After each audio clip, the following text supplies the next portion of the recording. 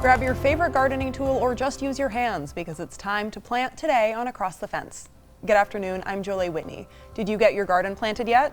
It's okay if you didn't, there's still time, and as we'll learn in a minute, there are plenty of combinations of flowers, herbs, and veggies to make any garden, large or small, a paradise for people, plants, and pollinators. A couple of weeks ago, Across the Fence Extension Master Gardener Julie Parker-Dickerson rolled down to a local garden center in Hinesburg to see what's blooming.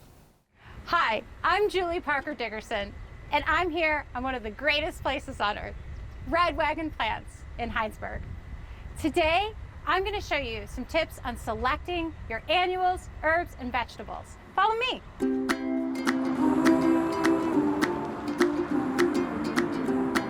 These are really pretty.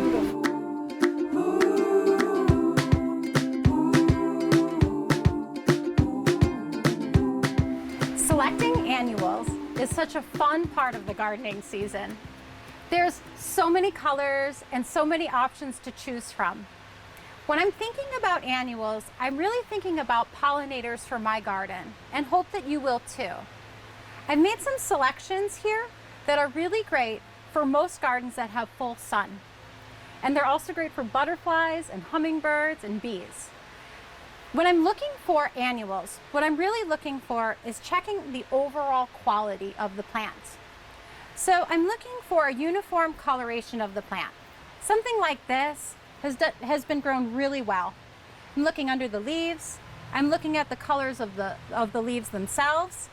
And I'm hoping that I'm not going to see any spots. I'm not going to see any mildew. I'm not going to see any brown leaves in here. Instead, I'm going to see this great dark green color. When I'm making my selection, it's really easy to choose the plants with the biggest flowers. However, if you can wait for just a little more time, just a couple more days, maybe even a week, you want to choose plants that have less flowers on them. This allows the plant to really establish itself. So the plant can focus more on getting its roots in the ground or in your pot. And then the flowers start to happen. And over the season, you're going to have these really great blooms because the plants had time to get established. So this plant here is heliotrope. It smells like vanilla, and it's a really awesome plant for butterflies. It's also quite colorful.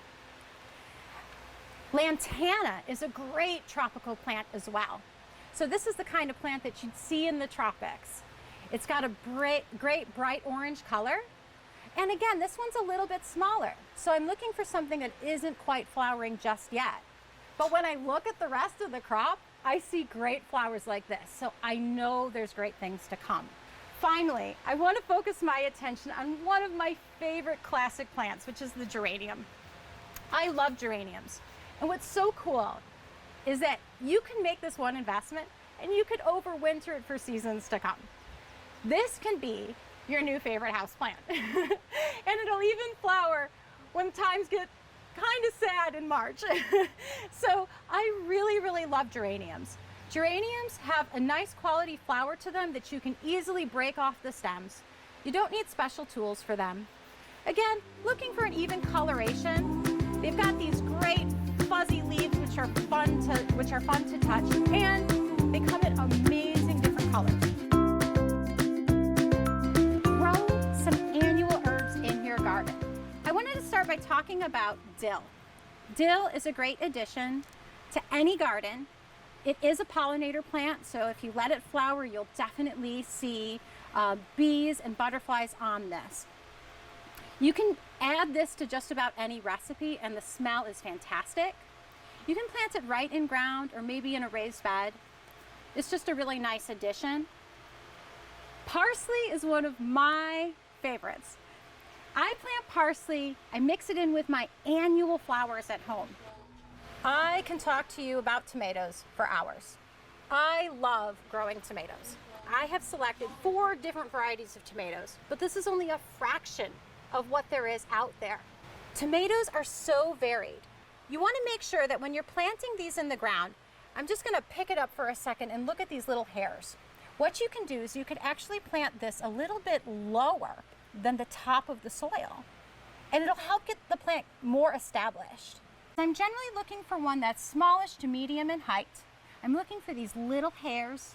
I'm looking for a uniform leaf coloration on this plant.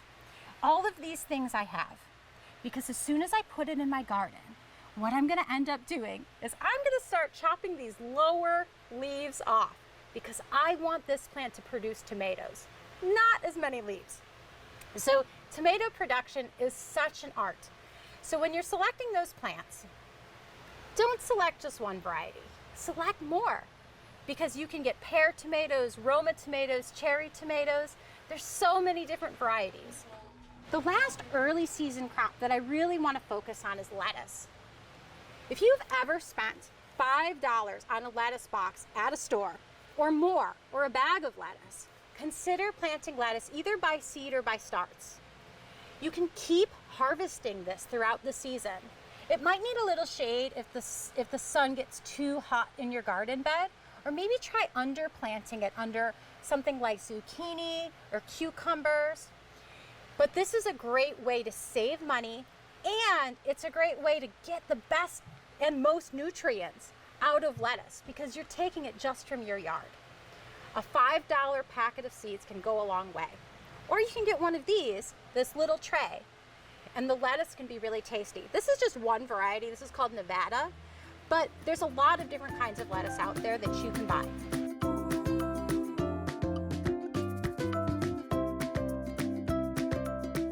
Now let's head back to the studio, where Joleil is going to help me get these plants in the ground. And as promised, here she is. Julie Parker-Dickerson has joined me in studio, and she's brought some plants with her and some soil. I'll let the viewers in on a little secret. I love when people bring stuff in, so thank you so much for all of this. I'm very excited. And let's just jump in with some planting. Will you tell me what you brought here? Maybe we'll start with our tomatoes. Absolutely. So tomatoes come in so many different kinds. As you saw at the greenhouse, you could get humongous beefeater tomatoes, you can get small tomatoes. So I tend to like to plant smaller tomatoes for salads. So today, let's plant a smaller tomato that's a sort of a crowd pleaser. A black cherry tomato has a bit of a spice to it, so if you like some spice. Now, if you're not a spicy person, there's always the sun gold, which is a yellow tomato. A little sweeter, right? A little sweeter, yeah. But for tomatoes, if planting in a container, you want about 18 inches. So this container is a little bit shallower than that. However, what I would do is I would just sort of squeeze this. This is what I would instruct my students to do. And then I wouldn't pull on the stem so much, but I let it just sort of pop out. Okay, let it come to you. Yes, so this is a really great root system. It's not pot bound, so we didn't see it coming out of the bottom. And it's really healthy roots. It's consistent across with the color, and I tend to break it up just a little bit. So I'm just kind of breaking up the roots so they can get established. And then I'm gonna just pop it in here. Sometimes I like to put it in a little bit deeper than the top of the plant. And the reason I wanna do that is because it'll give it a little bit stronger of a root system. Now, if I was planting this in ground, you do something completely different. Okay. It seems unorthodox, but a new trend is to plant tomatoes on their side. So you can kind of see like this. Because we're planting in a pot, I'm just going to put it in the ground, but I can talk to you a little bit about why you would do that.